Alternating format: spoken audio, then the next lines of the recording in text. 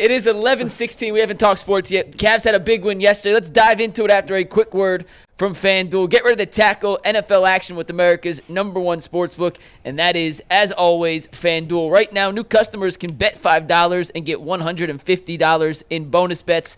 If that first $5 bet wins, the FanDuel Sports app gives you everything you need to place live bets on the NFL, NBA, and more all in one place. When you get a hunch in the middle of the game, you can check out the latest stats, view live play-by-play, and so much more on the same page where you place your bets. Just visit FanDuel.com/UCSS to join today. Never waste a hunch. Make every moment more with FanDuel, an official sportsbook partner of the NFL. Guys, the Cavs are 5-0, the lone 5-0 team in the NBA. If you look at all their metrics across the board, they're not just playing well, they're demolishing their opponents. They've won 4 of their 5 games by double-digit points. They have the NBA's second-best offense, the NBA's 4th-best defense. They're number 2 in the league in point differential per game. Bull, I know you say you're poo-pooing the regular season. I'm excited right now. I mean, those stats are all bullshit and meaningless. But but I am excited about the way they're playing, especially the way Evan Mobley and Darius Garland are playing right now. Yeah. Jarrett Allen did a great job against Anthony Davis yesterday. I thought the whole night was great. I loved that the Cavs kicked ass. I loved that LeBron got cheered. I loved that the fans were going nuts and wanted to see Bronny out there. And I loved that Bronny got his first points in Cleveland. I mean, it was the coolest night. It couldn't have gone better. I agree. Yeah. You got those cool moments with LeBron and Bronny, and the Cavs kicked ass. What's better than that? I mean, it was very – they got out on them pretty early in this game and started to run away with it. I'll tell you what's exciting, though, is I remember last year – the last couple of years, when they first got Donovan, the question was, if Donovan's ball dominant and Darius is ball dominant, how can that work? And they spent 2 years trying to figure it out, but it never seemed to really mesh. And when you look at this year's team so far, they do such a great job of all facilitating the ball. Like, that ball is swinging around to the point where it doesn't even matter who's the dominant guard. Mm-hmm. And I think that's a big part of why they're able to be so successful offensively, because they got so many guys and so many moving pieces. It looks like the Golden State stuff. They're trying to get there, and you can tell that they spent a lot of time this offseason working on this new offense, and people are not adjust to it yet, to what the Cavs are quite doing. And I think that's why they're experiencing so much success early on. I think I'm starting to come into the Dean Wade starting at the 3 thing. I think that's not bad at all. I know he's not really scoring a ton of points, but just the size. Well, they don't need him to score. Right, but just the size out there. Like we've been talking all this time about having a big 3-and-D wing. I mean, he can fit that mold. Obviously, we would like him to, make some more shots. I think he was 2 for 6 from Trey yesterday, but whatever. But I like the fact that they got that size out there. So, teams going to have to adjust to what they're doing. You can't come out there and play them small ball, because then you'll get beat up in the paint, especially if Evan Mobley's banging in the paint. Jarrett Allen had a lot of cleanups in the paint, and they was killing. Jarrett Allen was killing on the boards yesterday. Love to see that. So right now, I'm 17. I didn't know he had. I thought he had 15. He had 17. Mm-hmm. Yeah. So right now, I'm loving what I'm seeing from the Cavs. It's very exciting. If they could continue to keep this going and keep progressing, because this is only the beginning. I'm sure there's still extra stuff that they're going to add in as the season goes. But right now, I mean, you better be conditioned. You better be able to match up size-wise, and you better be able to consistently make shots against the Cavs right now. Hey, man. Kenny Atkinson, boy, that man got the mojo, bro. He came into the game. He pulled up on these dudes. And everything that we said that they should be doing, or how they get to a point where they can be a legit contender, he done pulled off. First and foremost, the pace. They got 2 bigs that can run the floor, and they moving up and down the floor. They averaging, I think when I saw it on the game last night, I think they're averaging almost 10 more points a game when it comes to the pace, and they're allowing less points in the first 5 games as well. They're moving. The fact that Evan Mobley now is a legitimate guy that isn't just taking 3 dribbles in the paint, he's able to get the ball. I see him grab the rock, go at LeBron James, and finish over the top of him from half court. I said, now, you didn't have that in your game last year. 2, Darius Garland. This dude, first of all, he done put 10 pounds back on. But he's way more decisive. He's no longer like dribbling the ball around in a circle in the key, doing all that kind of stuff. He's getting the ball and he's attacking, he's kicking, he's moving, and now the lob is back. Him and Jarrett Allen is connected on lobs in the paint. He's hitting his teardrop. He's looking to be aggressive. And let's talk about this. Donovan Mitchell, I said it yesterday. I said, listen, when you get LeBron and Bronny coming back, Anthony Davis, Donovan Mitchell going to make it be known that I'm one of them dudes on the court. And he came in and did what was aggressive, super aggressive. He was like, hey, listen, D-Lo, you can't guard me. You just can't mess with me. He always do that. This like the second or third time that the Cavs then played the Lakers at home. I remember the first time Donovan played the Lakers at home, and Jay was over there, and Jay said this analogy. Basically, what he was saying is Donovan looks at it like, LeBron, we appreciate everything you did for the city of Cleveland. Yeah.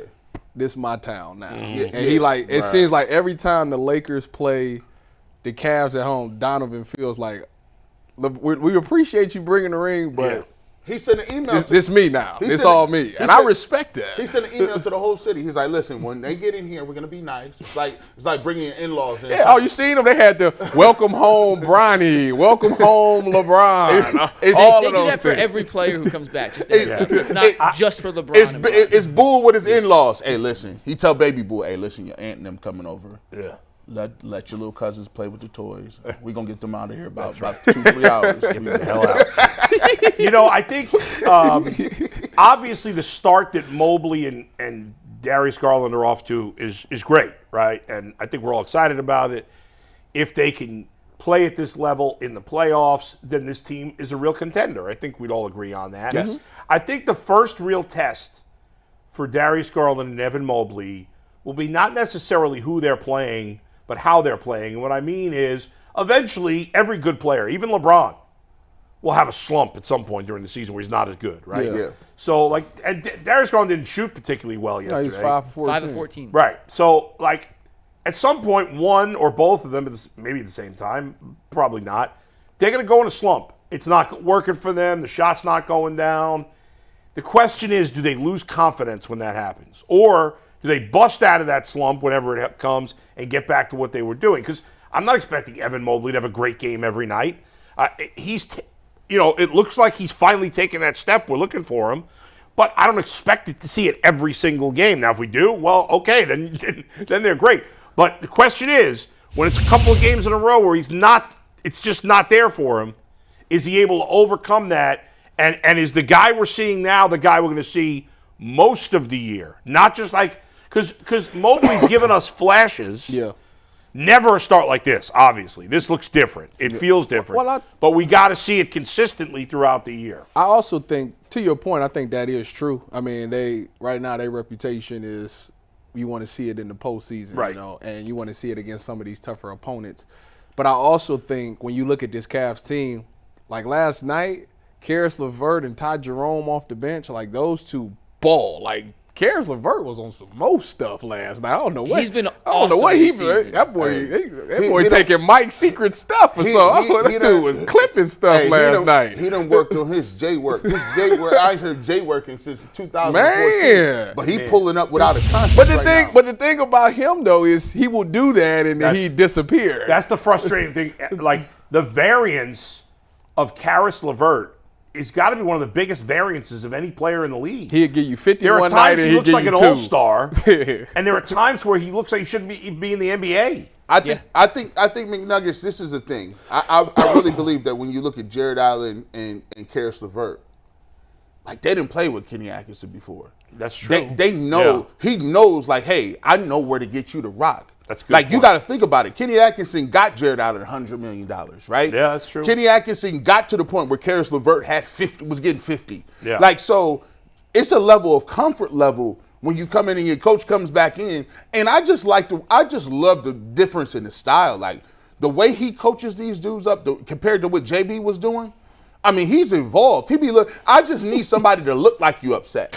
Like, he just be looking like, hey, listen, I'm upset today. I don't care if we up 50, I'm upset. Right. Yeah. You think JB didn't look upset? Bro, JB with me making excuses. We're still young. These is grown dudes. How you still young? They're on a 4th, 5th contract. Yeah, the excuses in every postgame was every postgame, and it's like, and Donovan Mitchell was looking like, "Come on, bro." Yeah. The thing that tells me this is different from that is, they played the Knicks who made some moves, right? Yeah. And of course the Knicks got to figure it out. But they went to Madison Square Garden and figured it out, right? It's killing me. Yeah, get me together. I appreciate that. Yeah, I man. got you. They went to Madison Square Garden and figured it out. They played the Lakers. The Lakers was playing damn good basketball before they came in. Anthony Davis was being a beast. They only lost one game. All of a sudden, they come into our house, and that game was never close.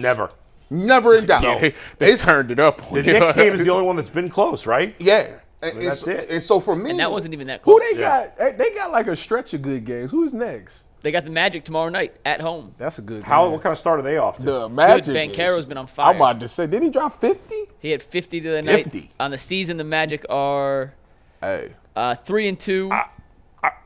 I want to give some thoughts on Dean Wade, Mike, but did you want to say something first? Yeah, well, you go Dean Wade, then I'll wrap up before we move on to the next topic with All my right. in-person observations, some things I picked up yesterday that I didn't necessarily see on TV beforehand. So the thing about Dean Wade, and Lima was talking about this morning, and Lima knows his hoops really well, about how, like, you know, and you referenced it, Tyvis, like, they have been looking for a big wing player forever. And Dean Wade's been here. The problem is he's always hurt. Yes.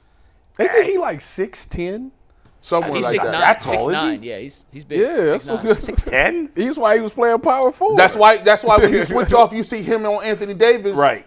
And I'm like, dang, well, he's not really giving up much. He's not nobody. Listen, Dean Wade is not a great player. He's not a great player, but they don't need him to be great. They just need him to be good, right? They need him to play defense, which he does.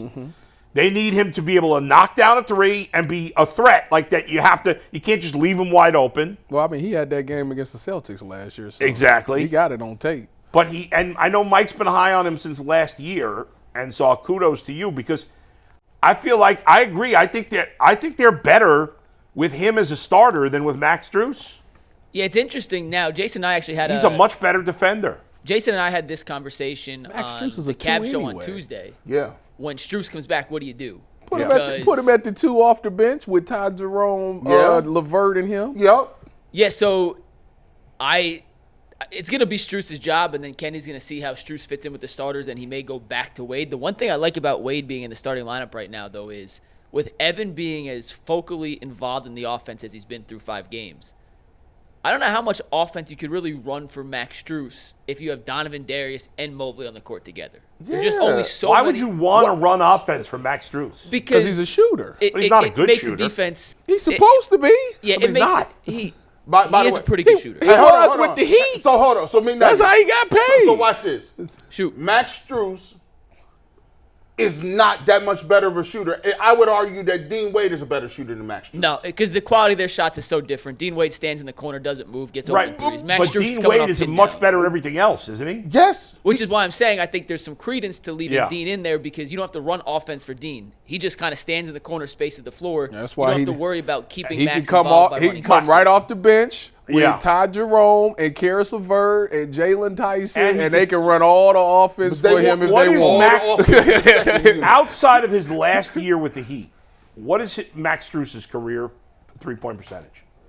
Give me a sec. Not that good, is No, it? it's not. He didn't shoot that It's well. just that last one year. I thought the last year in Miami was like the one good year. Didn't he not show up in the finals when he was with the Heat? They had him and don't Gabriel remember. and Gabe Vincent. But here's the thing. You can bring him off the bench, dog. This Yeah. ain't the Wayne Who Wade. is Max Strus to be guaranteed to start the spot? He's a slappy. He's like, come on, man. What the hell is he? Well, like I just said, I'm not against keeping Dean. The one thing for the opposite side of that is Yeah. you have very limited front court depth. Like your backup bigs right now are Niang and Tristan Thompson. They both are useless. Well, Niang's actually playing pretty well I right said, now. Niang hey, been hitting It's them 5 games, small trays. sample size. Hey. But if you have Dean in the starting lineup, then you're a little hamstrung might not be the proper word, but you're a little less. You have less flexibility in some rotations tall because it- Niang's your only real backup big. How tall is Jalen Tyson? 6'6", 6'5". I'm gonna tell you this. Let me tell you this. Keep doing this. Yeah. They keep doing this. Look. Listen, he's the new Hart. I'm telling him, watch what's Jalen Tyson? Yeah, he gonna be like. I mean, he only had one last night, but he be getting them boards now. Here's my thing. Here's how I extrapolated and move forward. The Cavs, if they gonna be top-notch contenders, who they gotta beat? Celtics. Boston, New York. Boston Celtics, right? Yeah. If you play in Boston, you can't play Max Strus like that. But you got two athletic scoring wings. Derek White is a large type individual, and on top of that, they're gonna shoot 100,000 threes. And Derek White tall? He's big enough. What is he? 6'7", 6'5"? How tall is Max Strus? 6'3"? He's like 6'4", give or take. You can't have 6'4" out here against 6'8", 6'7". Well, Max Strus is a 2 anyway. That's what I'm saying. Yeah, Strus is out of position when he's playing 3. He's not a 3. So you put Dean Wade in there. You get a guy that's 6'10". He's a much better plus-minus defender. And you get an opportunity. He's still going to knock down shots. And he doing it against the 2s anyways, Yeah, which he should be dominant because he's a 1 at heart. So he should be fine. He's not a 1. What is this nonsense about being a 1? Who? Max Strus. He's not. He's never been a 1. He going with the a twos. starter. Remember- He went to two, remember- Starter. You with the twos. Remember what I said? That white guys, besides quarterbacks and offensive linemen, are always overrated or underrated in sports. Max Strus, highly overrated. I have still have a list. Couple observations from being in attendance yesterday. Then we'll touch on the Bronny situation real quick and move to the Cavs.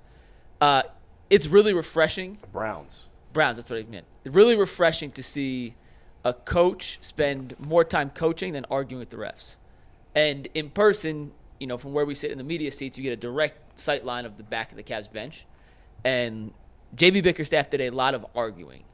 And Kenny Atkinson does a lot of coaching. And that was just a refreshing thing to see, the way they talk about this new offensive system. Jarrett Allen, and I like how you mentioned earlier, he played for Atkinson, was asked yesterday, like, hey, how much of this is the same offense you ran in Brooklyn? He goes, there's elements to it that are the same, but we have a lot of different pieces. So he's kind of taking some parts of that. I'm still learning this offense. Those were Jarrett's words. He's in the right place at the right time on every possession. Through 5 games, he has 9 missed shots and 9 blocks. He has as many missed shots as he has blocks through 5 games, which is just absurd. He's been playing at an all-star level. And yesterday, the big thing we wanted to see was, will Mobley be aggressive against Anthony Davis in the physical Lakers front line? he wasn't early. He had 17 points in the fourth quarter. Yeah. He had 25 in the game. Yeah. As soon as they took AD out and they went zone, Davis went into feed me mode, beast mode, and absolutely dominated the fourth quarter. He set a career high for points in the fourth quarter. A little disappointed it didn't come against Anthony Davis. But the aggression, he scores 17 points in a quarter. You're clearly being aggressive. The team's making an emphasis to get you the ball. I asked Kenny after the game, was that designed or was that Evan just having a feel for the moment? And he said, we ran the first play for him. That was designed. After that, we didn't run a single play for Evan. He just found his spots. His teammates got him the ball and he dominated. Gotta love that. And that's a good thing to hear and know that he's capable of realizing 5 games into this new system. That's an excellent sign. Because I always go back to it. They need one of the guys because I'm already angling and jousting for position and trying to think about what happens in the East. If Evan Mobley is that dude, I go look at the Boston Celtics and say you have no match for him.